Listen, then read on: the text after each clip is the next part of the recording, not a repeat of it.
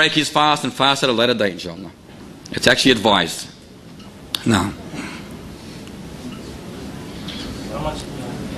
what is the ransom? What is the expiation, Ya Ustadh Zunaid? The expiation is half a sa', which is equivalent to approximately a kilo or a kilo and a half, some scholars have said. However, to put it in a understanding manner, it's to feed a poor person 1 meal for every day.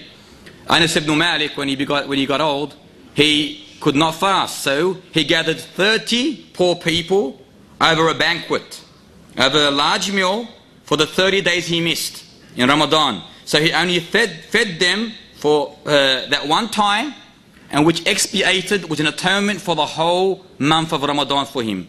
1 meal that covered 30 poor people, and that was his expiation, and that sufficed his problem. Na'am ya Marwan. There are many poor people. You go to the people of knowledge, or people of who collect charity or funds for the needy, and thus inshallah you will find them. Na'am ya Zunaid. Zakatul Fitr, very good question, must be paid in commodity. It cannot be paid in money. In other words, a problem has occurred in our time where many people pay it in money. They send money overseas, whether it's to Africa, the subcontinental, or to the Middle East or the Arab countries. They pay their Zakatul Fitr in money. This is not acceptable. It's got to be exchanged for food. You are not allowed to pay the Zakatul Fitr, which is 3 sa', approximately you can say around just over 3 kilos of anything that is common in that town, whether it's wheat, rice, sugar, dates, barley and so forth. That must be paid in commodity and not in money. Are you allowed to brush your teeth when you are fasting or use Listerine? Yes, you are, as long as you do not drink the water or the Listerine or the toothpaste when you're brushing or using these things.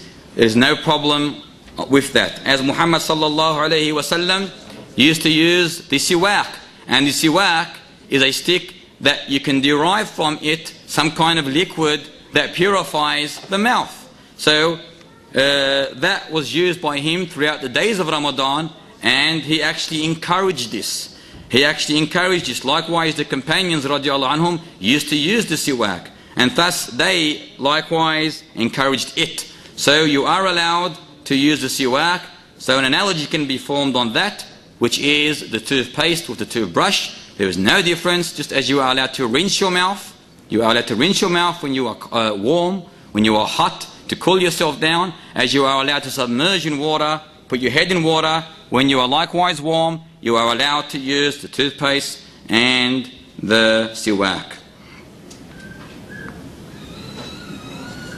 I am 7 months pregnant and I'm sick while pregnant on daily injections. Can I fast Ramadan? It actually becomes haram for you to fast. You are not allowed to fast under a circumstance. I do not advise any sisters, even though they think they're full of energy and they have the ability. I do not advise any sister to fast in Ramadan if she is pregnant or if she is breastfeeding. Allah has made it easy for you. Do not make it hard on yourself. Instead, break your fast and expiate a ransom, which is feeding a poor person for every day that you miss. Are you allowed to make up for the fast missed just before Ramadan? Yes, you are. Aisha radiallahu anha mentions that she used to make up the missed days in the month of Sha'ban. And it's an authentic narration on her behalf. On the month of Sha'ban, and that is the month before, that precedes the month of Ramadan. It comes between Ramadan and Rajab. So you are allowed to make it then. However, I do not advise you to do that, because you may accidentally go beyond that, which becomes a sin. If you have no valid reason to do so. But it is allowable if you are sure of yourself, and no one is sure of himself. Now, Ya Ustadh Ziyad.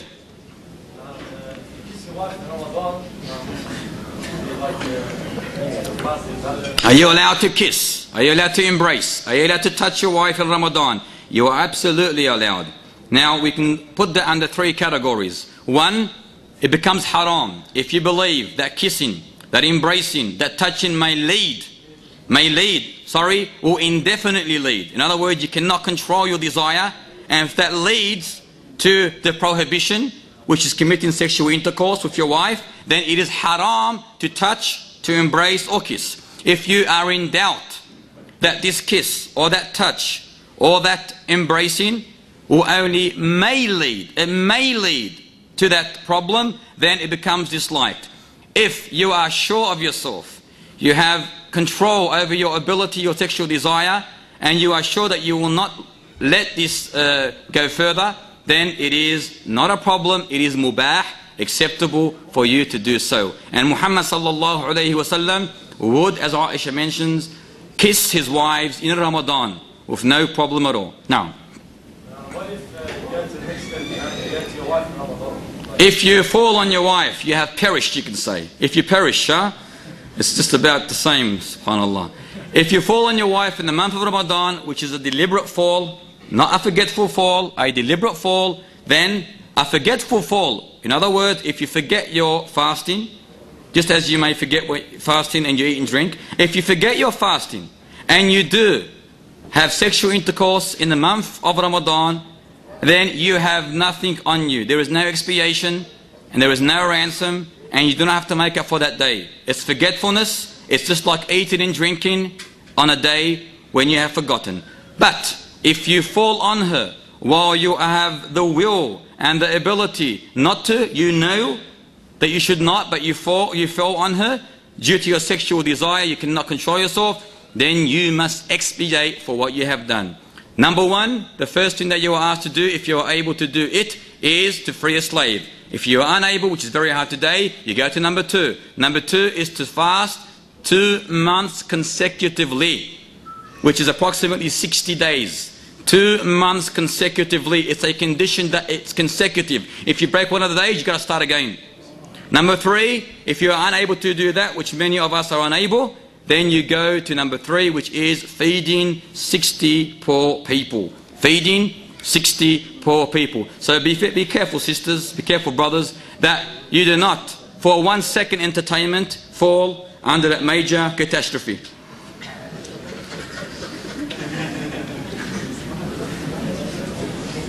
Because there'll be 60 days when you are unable to do that same thing. That's in the day anyway.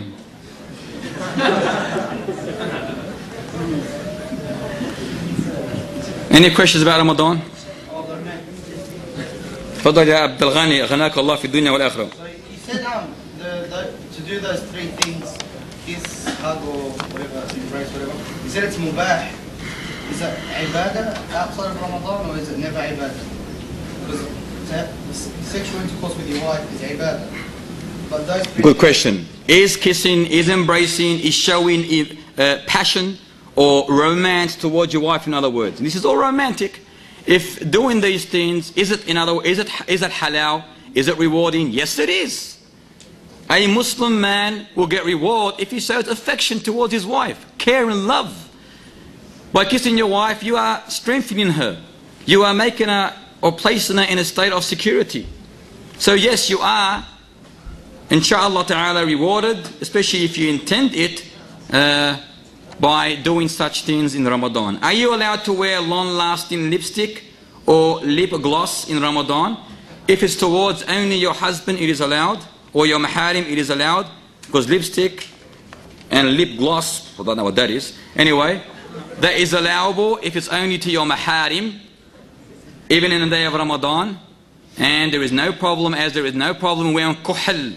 And kuhl is that, what's it called? The kuhl that you put on the eyelid, the mascara is called? The eyeliner? Tickle off you. So, wearing that is not a problem, because that does not likewise break your wudu, but the lady is not allowed to wear it to other than her maharim. Fadal ya Ustadh Ziyadu. When you make kiss, that's like a normal kiss, or is it like... Astaghfirullah al-Azim. There are 15-year-olds here.